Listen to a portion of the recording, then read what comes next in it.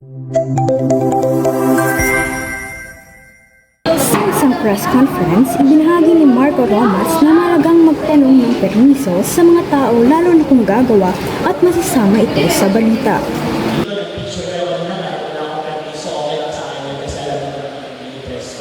But the usual or the right way to do it is to ask for permission. Hindi ho asking permission ng CPTO, ha? Hindi ho equivalent to asking permission ng CPTO. Pet peeve ho namin yan. Kasi alam niyo naman kung gaano mahirap ang namanap ng istorya, tulad ng litrato, tapos kukunin ang ng iba at sasabihin lang CPTO.